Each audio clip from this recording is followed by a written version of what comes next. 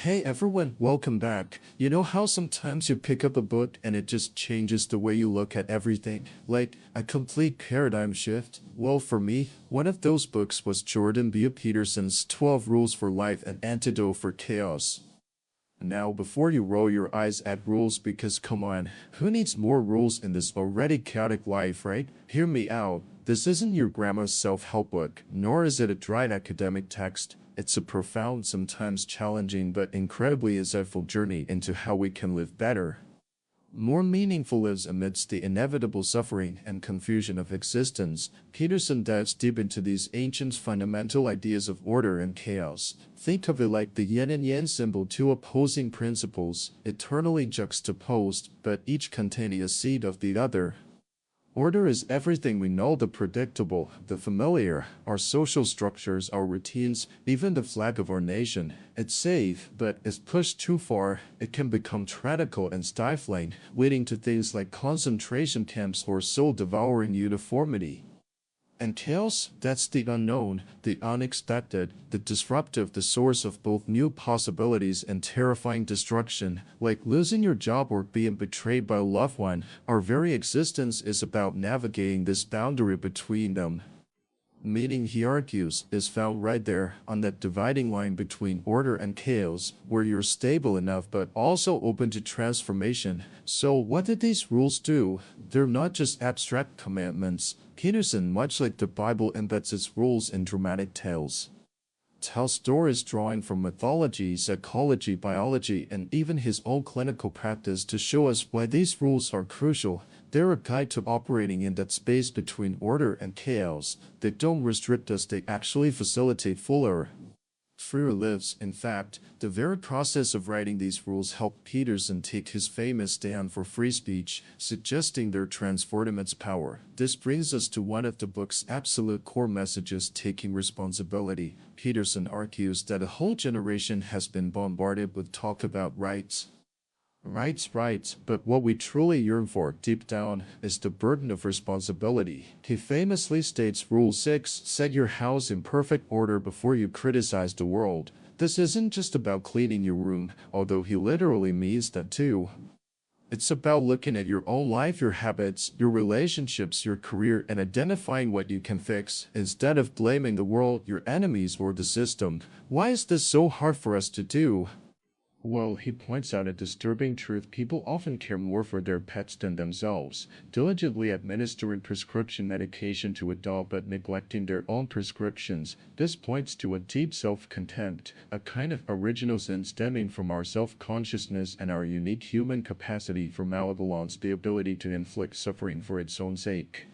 But instead of succumbing to the self-contempt, we must learn to treat ourselves like someone we are responsible for helping. Linked inextricably to responsibility is the power of truth. Rule 8, tell the truth, or at least, don't lie. Peterson, drawing on his own clinical experience, realized that nearly everything he said was untrue, used to manipulate or impress. He started practicing only saying things his internal voice wouldn't object to. And Rule 10, be precise in your speech. Why is precision so important? Because vagueness allows chaos to creep in.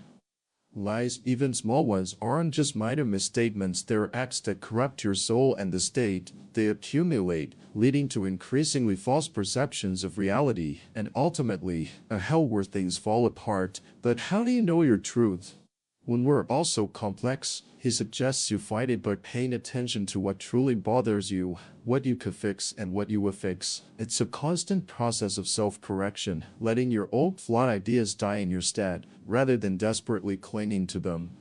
This isn't about ignoring external reality, but about ensuring your internal compass is aligned with reality. So, if life is suffering and we have this capacity for evil, what's the antidote? Rule 7, pursue what is meaningful, not what is expedient. Expedience is immediate gratification.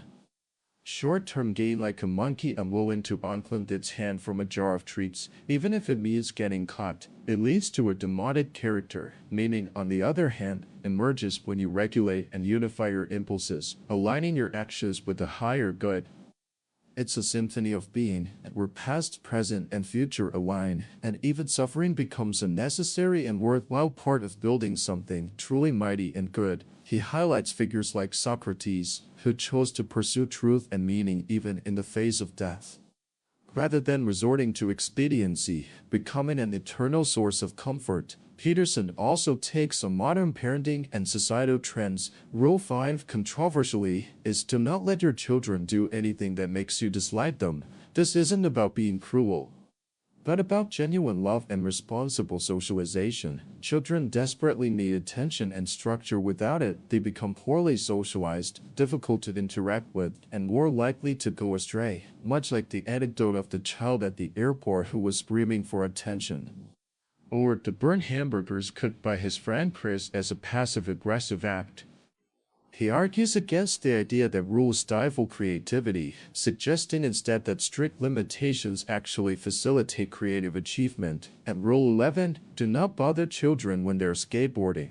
This rule champions the importance of allowing young people to engage with risk, to face danger voluntarily, and to develop competence. When playgrounds are made too safe, kids find other ways to make them dangerous because people don't seek to minimize risk, but to optimize it for growth. He sees societal attempts to eliminate all hardship and perceived oppression as deeply anti-human, leading to resentment and weakness rather than strength, often driven by ideologies that simplify the world into power dynamics and blame. How do you achieve all this personal growth? Through honest engagement with the world and others. Rule 9, assume that the person you're listening to might know something you don't.